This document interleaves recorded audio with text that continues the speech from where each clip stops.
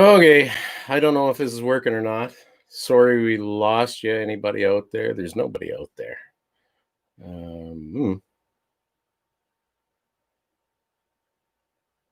Shit. Who's there? There's one viewer there, I see. Speak up. Sorry, guys. Sean hit a wrong button. Live on my end again. All right, guys. Thanks. Waiting for Sean to. Jesus. Big stubby fingers of his. All right. Shane, what was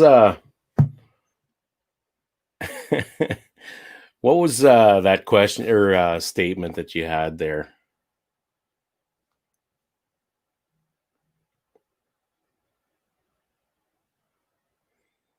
Refresh it.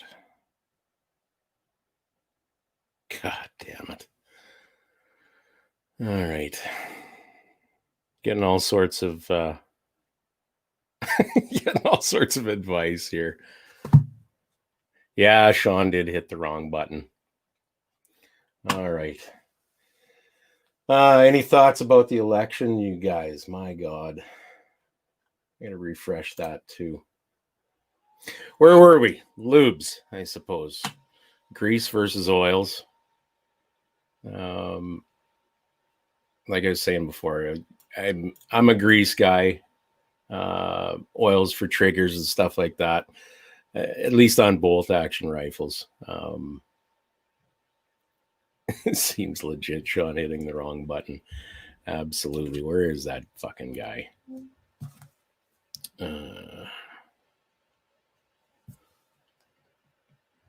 There he is. Jesus Christ, what a fuck around. Sorry, guys. What did you do? I hit the wrong button. Must have. Did you change too? Did you have a shower? No. I had to log into the computer and that shit. Sorry, guys. Yeah. My mistake.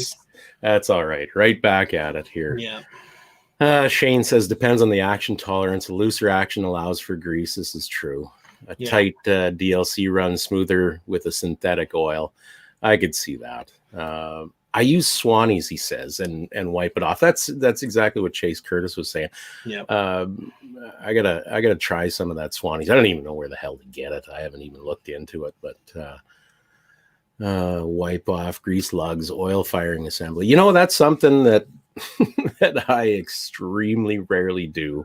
Yeah. Is oil that trigger, like at all. Yeah. Rarely.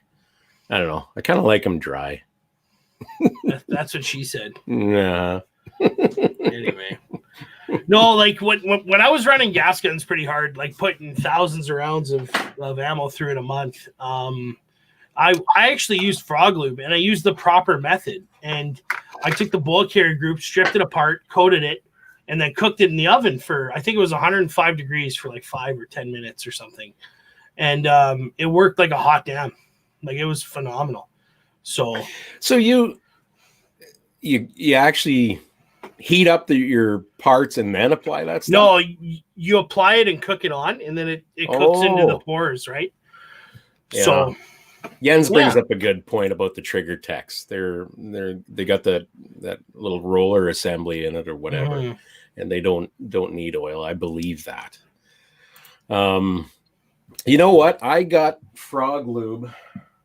Oh God, a long time ago, and actually, I think it was the first year of the poker rally that Steve and Shane put on, and I don't know. I thought it was pretty good stuff. I had it on one of my rifles and that I hadn't used for a couple of months. I took it out again, and it was all gooey, just like that synthetic grease that I use. So I don't know. And it does start to solidify in colder conditions if applied like normal oil, right? Okay. But it's not meant to be applied like normal oil, and that's kind of how it got a bad rap, is that it was people were misusing it. They weren't reading the label and misusing it, and then there was a label. Yeah, exactly. And guys were running, ARs or gas guns or XCRs or whatever the case may be, and then in like the northern U.S. and Canada, guys are having jams because they're not doing it right. So anyway. Tint and weird looking camper there, Kurt. Yeah. Yeah, I'm finally not in a camper. Finally. But That's yeah, going to be short lived.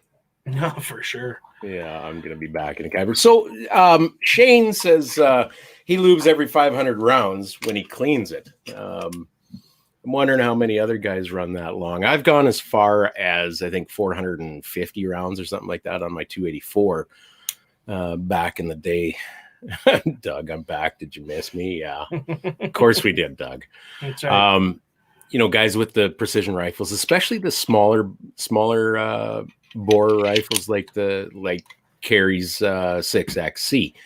I think they're a lot less tolerant to being dirty than the bigger ones like the 7s and the 30s, and of course the 338s and that. I might be wrong. It all depends on conditions and ammo, and there's so many variables that go into it. It's not, I'm sure if Ryan Friesen's listening, he's a former armored guy, he'll just say CLP, and I'm good.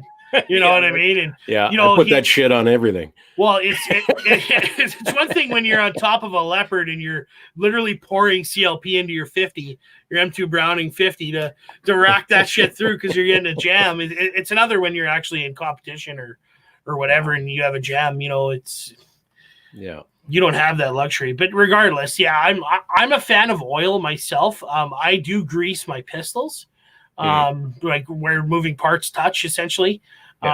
Because that's really all it needs, but I'm cleaning it after every use. It really, like, religiously. Is that right? Yeah. Is that necessary, or is that just something you do? It's just something I do. And it depends. Like, well, you saw earlier on in our previous podcast days when I had my VZ58 and I was shooting Tula ammo, garbage 7.62 39 through it, and it was pitted to all fuck. And that was because I didn't get to it soon enough. I waited 12 to 14 hours, and it didn't quite, well, let's say it wasn't pitted. It was starting to. And because that's corrosive stuff. And it depends what you're shooting. If you're shooting garbage ammo, clean it right after. Like if you're shooting surplus or whatever, if you're shooting your hand loads, you can let it go. I know a mutual friend of ours, John, he never cleans anything. Is that right? Yeah. But I've ran into problems with gas guns if you don't maintain them. Even if it's a 1022, if you don't clean a 1022, you're gonna have problems eventually, depending on the 22 you're shooting. So, anyway, well, listen, and you know what? Shane brought up some info here too. But before we get to that, I just want to say, like, I know, I'm rifle guy, precision rifle guy. Even hunting rifle guy, right? I'm not a gas gun guy. I'm not a pistol guy. Not yet. Not yet. No. The guys that know that hand load and that do extensive load testing and all that kind of business, powders burn cleaner, even the dirtier powders. Keegan Sander, well, welcome to the show. You guys clean your guns. Yeah. I haven't heard from Keegan in a long time. I was thinking about him the other day. I should give him a message. Anyway, squirrel. We all know that you get into a sweet spot with that powder charge. You get in that 90 to 100% case capacity range with your powder. It'll burn cleaner, and even the dirtier powders, even Varget is notoriously dirty. It is, and even then, when you get it up to almost full case, it does burn cleaner. It's just more, I guess, a more efficient burn. Efficient, is that the right way to? More complete, burn, I suppose. Well, I wonder, factors in. I wonder if the void. Like the more of a void you leave in a cartridge, does that allow for like higher oxidation rates to allow carbon buildup? Like, do you think that's the science behind it? I don't know. I've always kind of thought maybe it's something sort of kind of similar to a backfire in an engine. There's just too much space there, and it allows. And this can happen too in a really low charge in a bigger Uh, Debbie Curtis, where's Chase Curtis? I'm sorry, we don't have him on every week. Maybe we should get him to come in. Maybe I should have called him while you were out Maybe. gallivanting. Yeah, but, Gallivanting. Yeah. you know, like a lower charge in a big case, it can actually detonate. It's like a secondary Oh, for sure. explosion, right? So maybe it's something like that. I don't know. Oh, where's Chase Curtis? Yen says maybe elk hunting. Well, he was supposed to go, you know, some like a week after our show with him, didn't he? I think he just finished up, actually. Well, Debbie, you can stick around anyways. You might learn something from us. I don't know. Maybe not. Probably not. But. He's just, yeah. Because she's not here for the scenery. I'll tell you that. Well, never mind. Maybe she likes beards, like a luscious beard, like what's on this guy. I'm at that stage right now where it's just, whoa, it's gross. Anyway. Shane says, we found that Carrie's 6XC, my 25 Creed, and Mikey's 6 Creed all fall apart just over 500 rounds.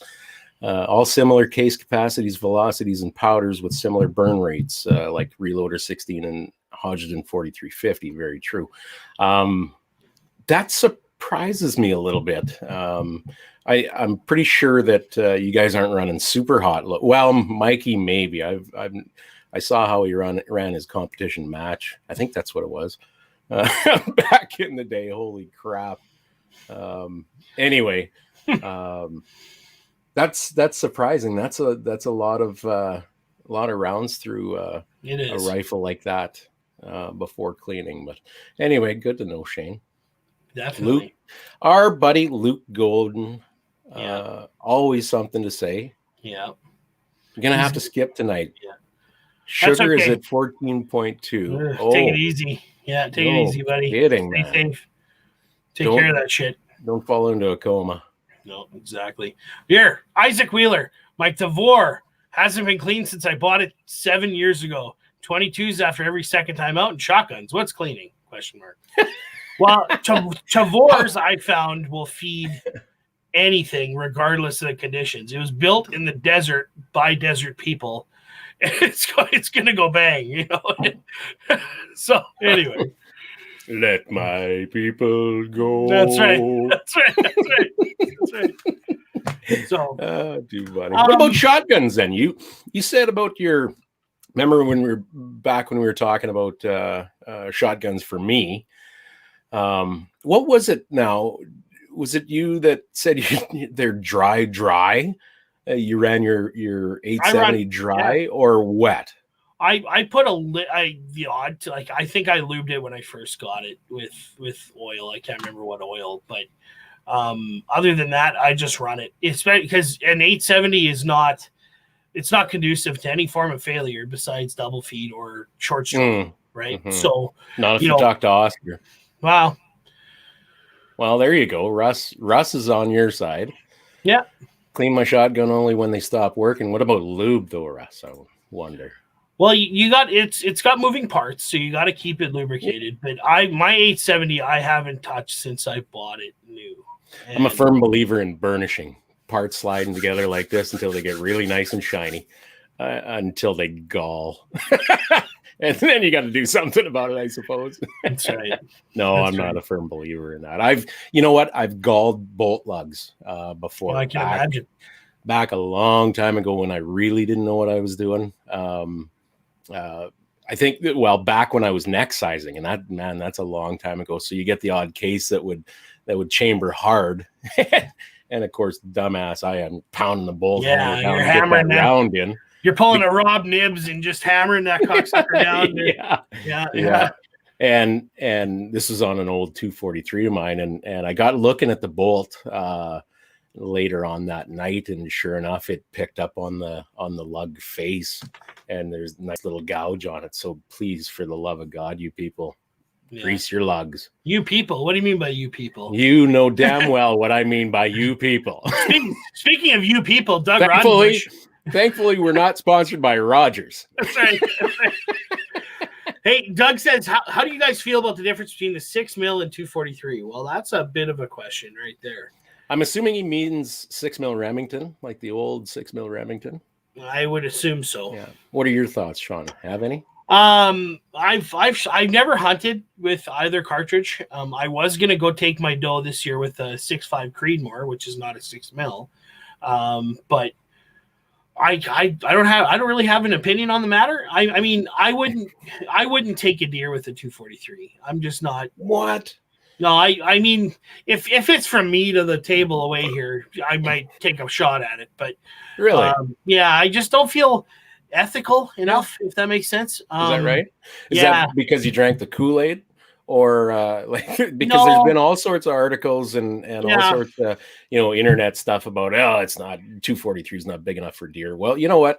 I shot a 243 for years. The first centerfire rifle I ever had was a 760 Remington pump 30-06. And man, I killed a lot of stuff with that thing. And then I got a 243 because I got into coyote hunting. And that thing was like the hammer of Thor. Yeah. on Yeah, coyotes. I have no problems taking a shot at a coyote with a 243 or anything smaller, essentially. But you know what? I shot 85 grain the Barnes TSX? TTSX. I don't know. Well, the Barnes X, the first ones that came out. And man, I killed more things than God, I'm convinced, with that 243.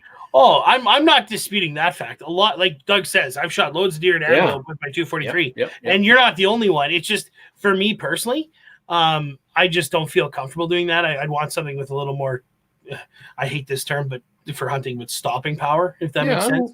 No, you're right. Like there's that, Mikey answers the other side of that too. The 6 mil Remington operates better off a long action, which he's right, it does, especially with the heavier bullets, the longer, heavier bullets.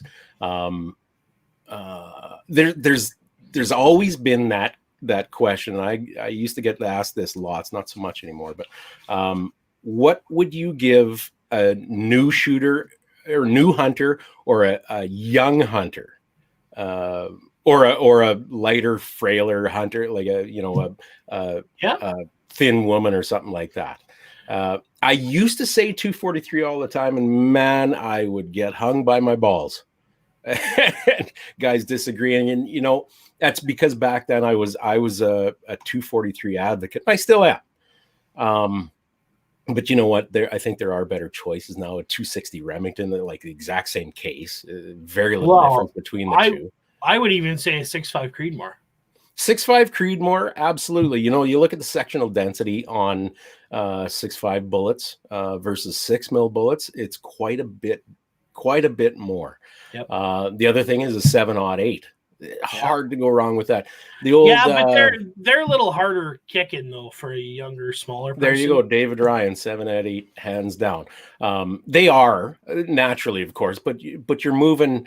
Let's say the average hunter uses with a 7.8 uses 140 grain bullets. You're using 140s versus 95s or 100s in the 243 or 6 mil. So naturally, you're going to have that more that bit more whack at the back end. Mm-hmm. You know what? The old 7 mil Mauser, fantastic cartridge, honestly.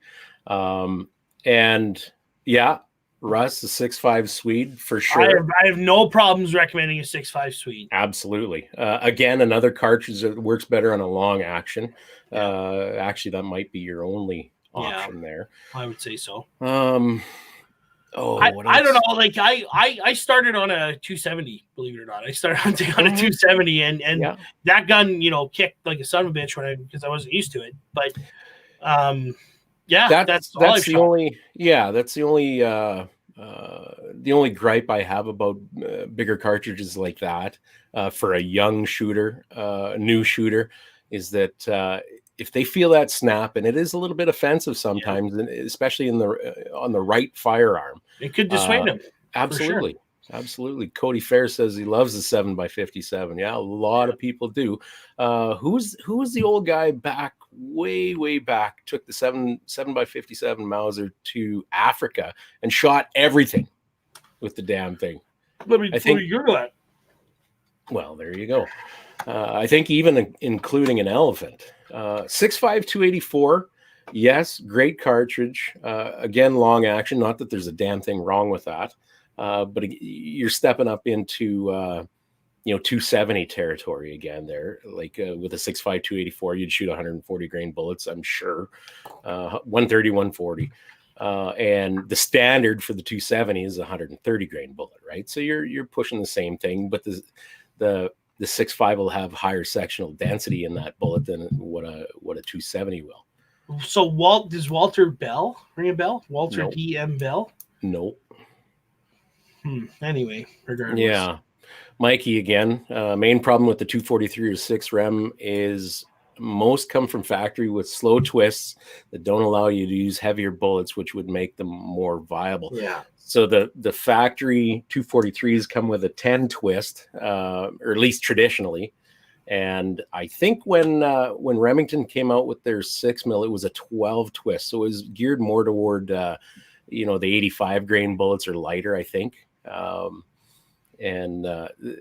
They just, nobody could use them really for hunting deer. It was, coyotes and foxes and gophers and stuff like that. I guess that's where I think Remington really failed with that 6 mil. Otherwise, I think it would have taken off like crazy, like the 243 did, because they had a faster twist and they could shoot the 100 grain flat base bullets for deer and all that kind of stuff. Plus, they handled the light varmint bullets extremely well. For sure. In a short action. I can't remember whether I don't know if we're starting somebody new, I'd start with a common caliber that they don't have to reload, that they can easily buy factory ammo with. And like Shane says, 6.5 is hard to argue. There's a plethora of factory ammo.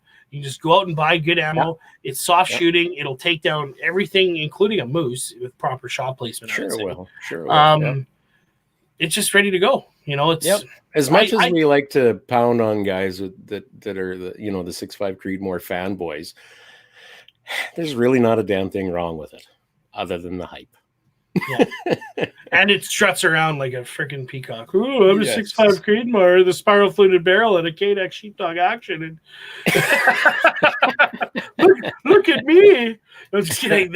That's a beautiful gun. I can't. Yeah. It is absolutely. So David Ryan says new shooters would most likely also be stuck using calibers with easy to find factory ammo. Something to consider for sure. Or what does Dad already have, or Grandpa, or whatever? 308. God damn you, Sean. I was going to say 308. 308 with 150 grain bullet, even in a factory load, they don't have that much pop, really, but still enough knockdown power, like a lot of knockdown power, honestly. And you know what? I dare say as much teaching a new shooter how to hold that firearm and shoot it well probably factors in as much as the caliber. You bet. Because I don't know how many new shooters I've seen that the way they hold the rifle is like, dude, you're asking for trouble. Absolutely. Yeah. You betcha. That and the butt stuck up really high and all that kind of stuff. Or they're so up to the scope that they're gonna pop themselves in the face. Or Yeah. So Keegan agreed 308 is a decent choice. I think it's more than a decent choice. I think it's a fantastic choice. And this Ryan here says 303. Well, hey, you know what? It doesn't matter what you shoot as long as you shoot. Yeah, that's right. It. Yeah. The 303, I get a kick out of that. My dad's got an old number 4 Mark 1 with the 300 and 600 yard flip peep. Yeah. And that thing is a pleasure to shoot, man. For sure. And it just makes me giggle. I don't know why that is. I've got all sorts of different rifles that I could shoot, and for a giggle, Wars. I guess maybe, I don't know. But just every once in a while, I have to go pick up that thing and take it to the range and pound a few through it and giggle like a complete idiot. You know what? Our grandfathers used it exclusively for years because they were $25 in the Sears clearance bin at the time, and that's the way to go. Hey, you know what intrigues me before we go down another rabbit hole here? Sure, I wanted to bring this up. Yeah, there's a lot of rage in the States about guys deer hunting with a 10 millimeter Oh yeah, I read about that. And friend of the show, Shane in Saskatoon, there, he is adamant on using his Thurion Defense carbine in 10 millimeter one day to go take down a deer. And I'm just, the more I read about it, the more I'm thinking that seems like a ticket. You know, it's a pistol caliber. It has a ton of energy coming out of there. It doesn't kick. If you're shooting a pistol, it kicks like a son of a bitch. But if you're using a pistol caliber carbine, that thing, I don't see any downsides.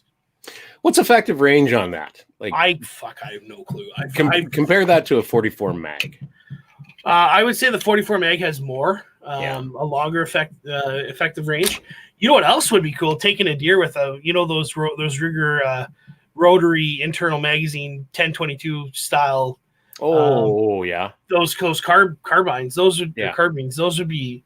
That would be cool. I don't know. Is that what it is? Is a 44 mag? Those ones? Or yeah. Is it? Okay. And it's got an internal. I don't think it's a detachable mag. My buddy Andy has one, but it's one of those like a 1022 mag with the rotary style. That just seems cool. And then you just load that thing to the nines with with 44 mag and go pop a deer. But I'm curious to see how we've talked a lot of different calibers here, and what would be the best for meat consumption or lack thereof, if that makes sense. Like man, you can't. I don't know that you can favor one cartridge over another. I'll give you an example. I had a Model 70 300 Win Mag at one time, just hunter weight, and I took it deer hunting one time, expecting that where I was gonna get the opportunity to shoot a deer, that it would be a fairly decent poke. Well, I sat in this at the edge of this bush up against a fence post rattling. What happens? This buck comes from behind me, pops out of the bush at, oh God, he had to be 40 yards, something like that. And it was just getting dusk. And so he was, and I was hidden well enough that he really didn't see me. And he was hornier than crazy, I think. Probably factored in. Yeah.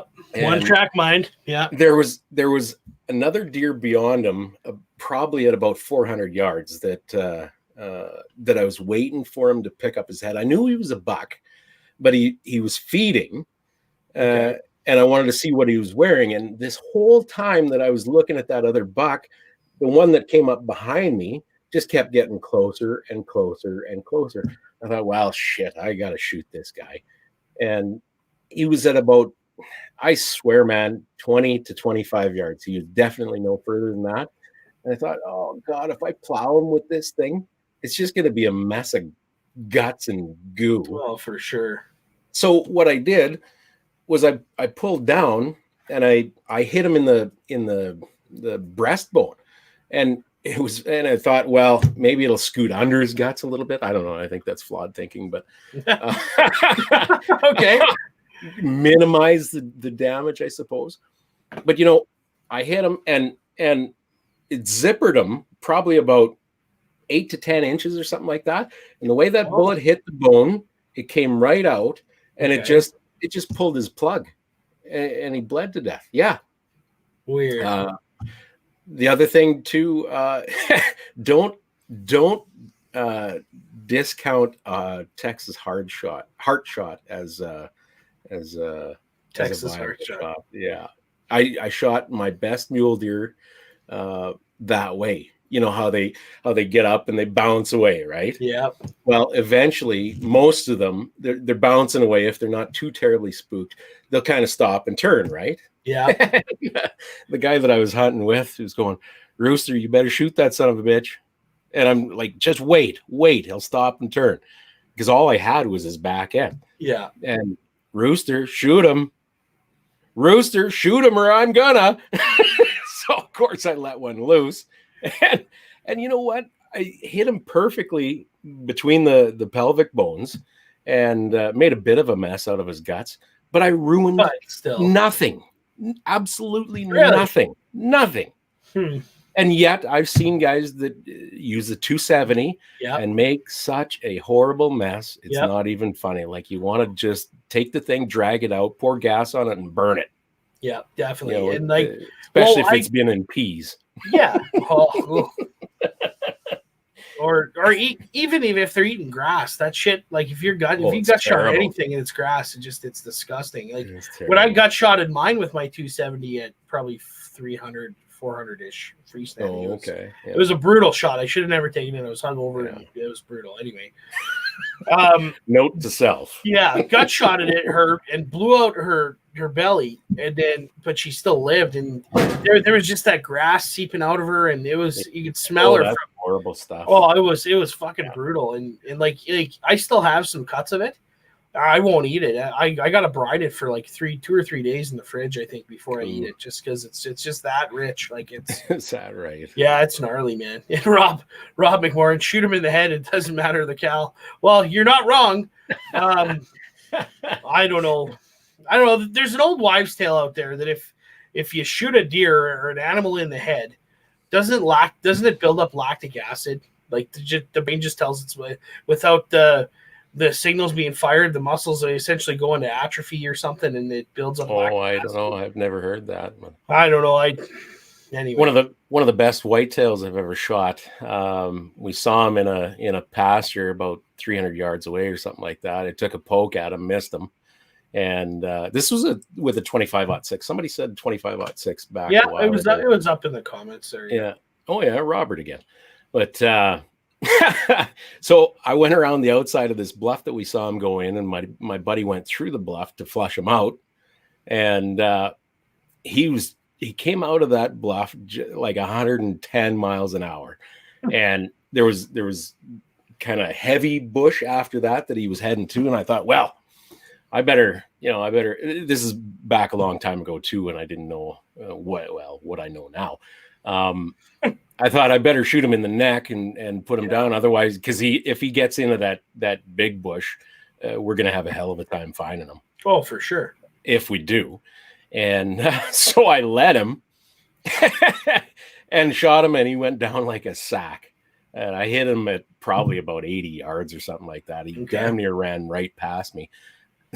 Turns out I hit him right behind the ear on the left side, and it came out between his ear and his eye on the other side. Wow. Yeah, like immediate lights out. Well, yeah. Well, and like when I got my buck last year, I got him on the run at about 150, let's say, and I hit him right through the neck. Like it went through and through. I couldn't find the bullet, and he just dropped. It was just like game over. Like I don't think I hit the spine though. That's what that's what weirds me out anyway. Mm-hmm. Here, Robert McMorrin, the lactic acid may have been a concern if it's been running hard for a long distance. No, if there's fear involved in there, I think that it just builds up. Like I don't know what the fuck do I know? I'm just a dude. Just a dude. Talking about headshots and that, I think that's probably preferable to a lot of guys, because I mean that's instant death. Yep. You don't have to track, you don't have to watch that animal suffer, you don't have to think about it later that night when you think, God damn it, I should have made a better shot. You don't, like, years later now, like what you're talking about, or a year later, right? You still kind of feel bad about that. Well, for sure. You hit him in the head and it's lights out immediately. You don't have to worry about anything. No, that thing didn't suffer or fuck all. But how many of us get that opportunity to hit him in the head? And how many of us have the confidence to take that head shot? If we really want that animal, we're going to take the best percentage shot, right? Definitely. Well, it's like basketball or whatever. You take the highest percentage that's given to you. Mm-hmm. Go from there, and sure. that's actually a good opportunity for us to bring up the boys at Call Sign 66. If you want to build your fundamentals and have that confidence, you can take the shot. Check them out. They're unfortunately right now, Saskatchewan just put on another lockdown effective Friday that we're down to 10 again for things. So I'm not sure if Alberta or Western Canada is going to follow suit, but if you guys want to have a course, reach out to Miles at callsign66.ca. Let them know, and they'll work something out with you, and they'll try and put a course on at your local range or whatever. And whether it's fundamentals or a wind course or whatever, check them out. They're always open, especially in a year like this. We need to support guys like that. And anyway. Yes. Good. Well done, Sean. Well said. This ain't my first rodeo. Anyway. Just texted my dad here. He tried to phone. Sorry, buddy, doing my podcast right now. Doug, my dad shot a 12-point buck between the eyes with his 270, and that produced some of the most tender meat I've ever experienced from an old buck. Yep. Yeah. And Rob again, everyone has different morality on ethical kills. You're not wrong. That's true. That's true, but I like to see those lights go out as immediately as possible. You bet. I think we've all seen at least those of us who have hunted long enough to see some mistakes, or have hunted with other people that have made some mistakes. Hopefully not ours, and not just big game either, but that includes small game like rabbits or yotes. You want to, as much as yotes are a nightmare and a nuisance, they're still an animal. You still got to treat them like you would anything else. Hey, do you remember the first animal that you killed? Yep. And when? Yep. It was well, I'm not going to tell you what it was, but it was. It wasn't the neighbor's Shih Tzu, was it? Oh, no. Let's say we had a bird problem at the lake, and I can't, and it's not a crow or anything. It's not a protected bird or anything like that. But my dad gifted me a Daisy air rifle with a scope when I was 10 or 8, 9 or 10. I can't remember. Right. And I just walked around and started popping birds, and like bad birds. Okay. Ones that ate the eggs of other birds. Okay. Right. We'll leave it at that. And I remember I had this one lined up from about 25 feet away and let her buck and got her square in the chest, and with a 177 grain pellet, copperhead pellet, and he fell, but it wasn't dead. And so I had to immediately run over and dispatch it myself. Right. And I'll never forget that. How was that for you? It was a come to Jesus moment. Yeah. Let's put it that way. That was the first time I've ever, besides a bug or whatever, it was the first time I actually ended the life of something. And, it's like, oh, well, this is reality, and it's funny how that goes, isn't it?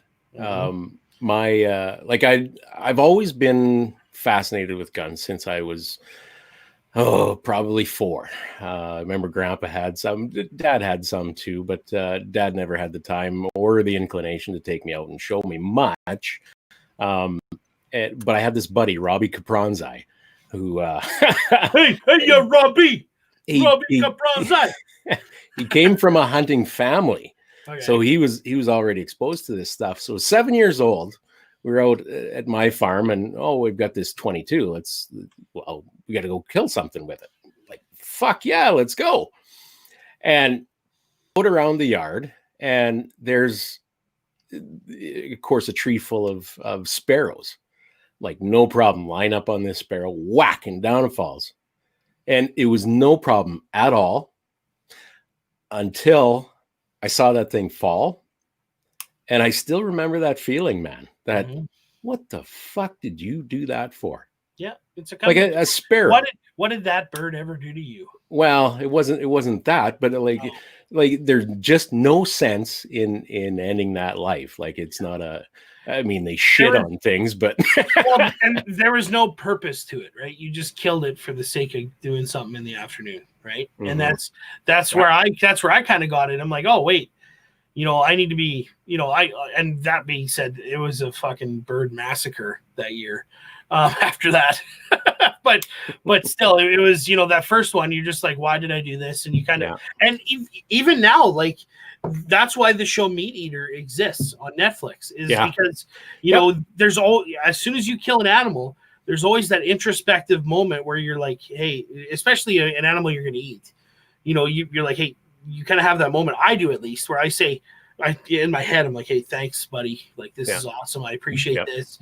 I hope you didn't suffer. And then let's go to work. Right. And there's always that moment. And even if it's a coyote, it's like, hey, dude, I'm doing a farmer a favor here, but you're fulfilling a purpose, and you shouldn't have fucked with them. Yeah. Coyotes. You came to the wrong cottontail call, motherfucker. Coyotes are I have the absolute least remorse for killing. Oh, for sure. If you've seen firsthand what they do to other animals, Yep. motherfucker, I'd shoot them twice, easy. Yep. And my wife Sarah, she was not anti, but she was like, "Oh, why would you go shoot a deer? That doesn't make sense to me." Well, because okay, not only are we going to know where our organic grass-fed meat came from, yeah, but this is the most painless death that this animal could possibly have, and because in the wild, nature sucks, man. They're going to get eaten asshole first, and Yes, if they make it, and it's going to be a painful death, and you know, she's like, "Oh, I didn't know that." Well, let's watch some documentaries to show you. You know, less this and more this. That's right. Yeah, this. Yeah, I know.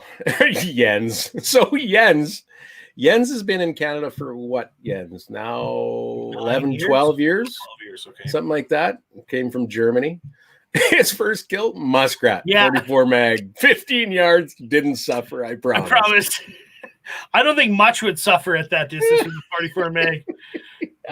Poor little guy who's just swimming along, probably minding his own business. Yeah, exactly. Yeah.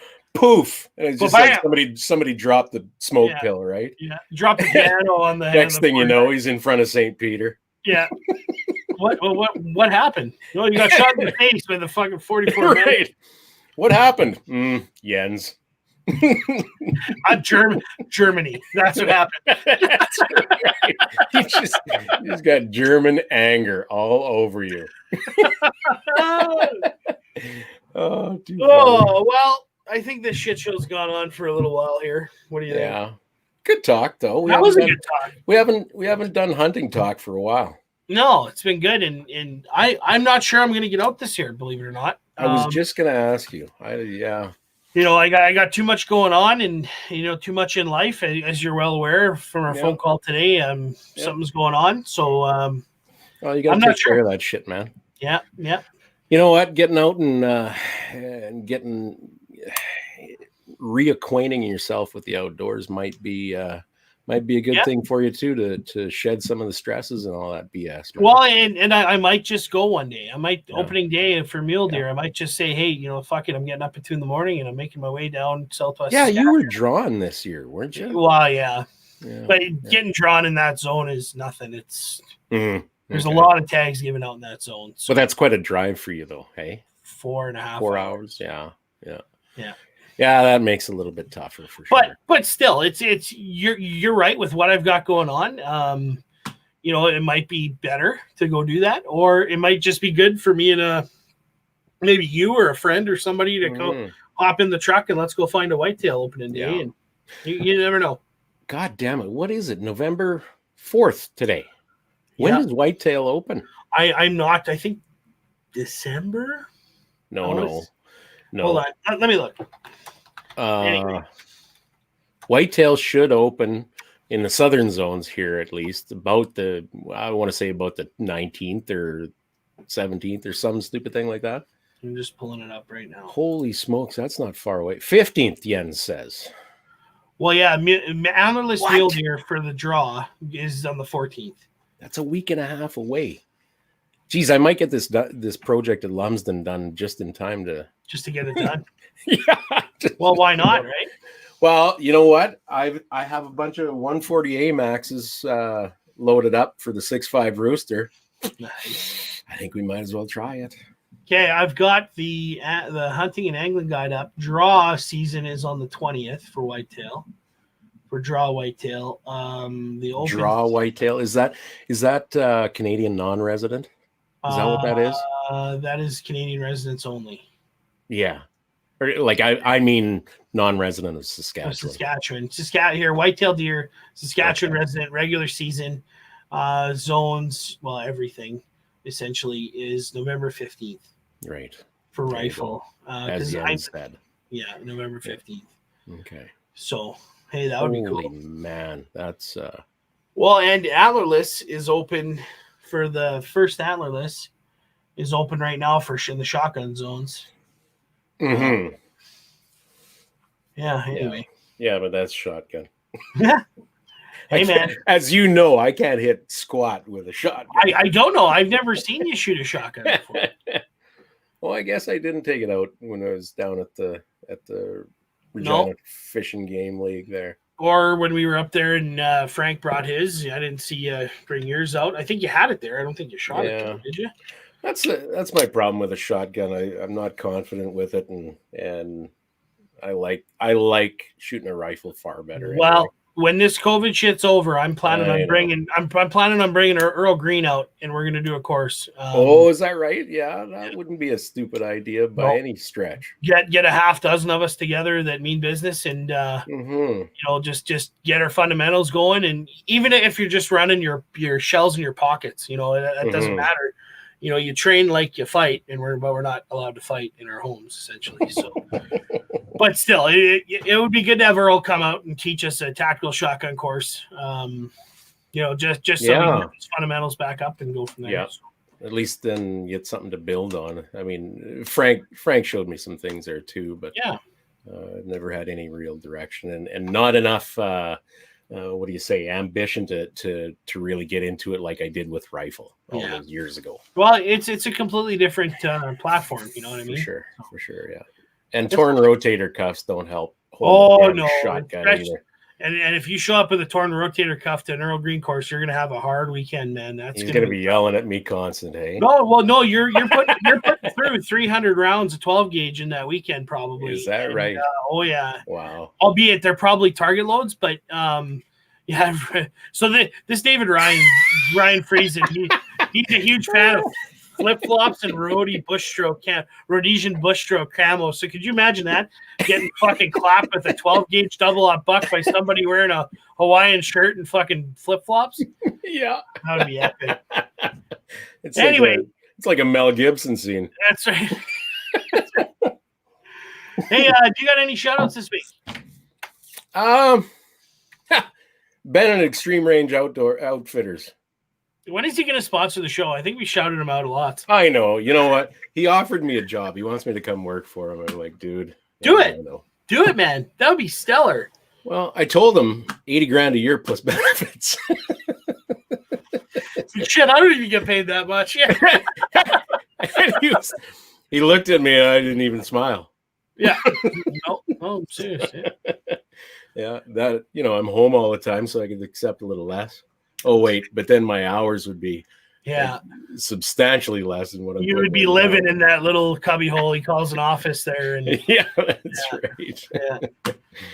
Yeah, so that's about it. I mean, Ben's always a good guy. Always looking out for his buddies and all that kind of stuff. You betcha. Yeah. I've been sipping out of this guy all night. Oh yeah. Range on the one side, Bolt Action Coffee on the other. Yeah. EM Precision on my. I was gonna say that's a fancy shirt. It is. Jens is trying to forcefully create a shooting team here, I think. He's like, he came over last night. Here's your jersey. Now we gotta go to the King of 2 Miles. Yeah. Like, is that okay? That's the qualifier. Nice. Shout out to my buddy Jens. Yeah. He's a tenacious son of a bitch. He is. Well, he is German. So anyway. Hey, all right, buddy. Hey, I want to shout out my old man, Craig Heineman. He's working his tail off looking after communications towers for the provincial government, and he's all over Saskatchewan, just giving her. So I wanted to give a shout out to him, and also he re-gifted me this bad boy. Oh, so good. So this has been my dry fire, ready to go. 1911 Noriko, made for a bowl of rice in Beijing. Anyway, so shout out to you, Dad. Hey, big apologies this week to Wesley Stevens. He's been hounding me. In fact, he wanted me to come over for beers. He said, just come over for beers. Well, I need to talk to you about the show, and we got that going. And I said, sorry, dude. We had a guest lined up, but just this week isn't going to work. So sorry, Wes. Just go stalk him. Yeah, that's right. just stand outside the bedroom window right there. That's right. He'll probably open the curtains at some point. Yeah, right. There. Yeah. What are you doing? What are you doing? Yeah, right. One last thing here, Doug Rodenbush. The 2021 CCFR Gunny Girl calendars are done and arriving at Tracy's place tomorrow, and will be in the store soon. Get them while they're hot. Yeah, and some symbol there that I don't recognize. That's a Facebook emoji for something. Oh, is it? Okay. It's probably a kissy face if it's not. But Doug's so emotional. That's right. But no, he's not lying, and there is a cost involved to those calendars, but you are supporting the CCFR, the number one gun org in Canada, with their lawsuit against the government. And it's not just for your guns, it's for property rights in general. Yeah. So make sure you check them out. Also, and the process. That's right. Yeah. That's right. And also, since we're talking about the CCFR, go buy a sticker, whatever, for that EM Precision build from John at Tundra Supply. It's on his Facebook. True. Go check them out. Carrie posted the link in our previous one, I think, our previous stream before I fucked it up. So, yeah. And big shout out to John Johnston and his band, the Rhodes Scholars, for the kick-ass music. Yeah, he's a coworker of mine, and that guy is phenomenally talented. So shout out to him. He's that guy down south, hey? He's in Virginia. Yeah, that's it. Okay. Yeah. So anyway, wonder how that place is right now. It's a clusterfuck. Mm-hmm. I was trying to talk to him about it today, and it wasn't. Oh, is that right? So. All right, folks. All right, Sean. Thanks for showing up and creating some panic. That's right. Showing up's half the battle, right? So. Is it? It really is. All right. Doug came up with the link to that rifle. Yeah. Thanks, Doug. Appreciate it. Thanks, guys. All right. Later.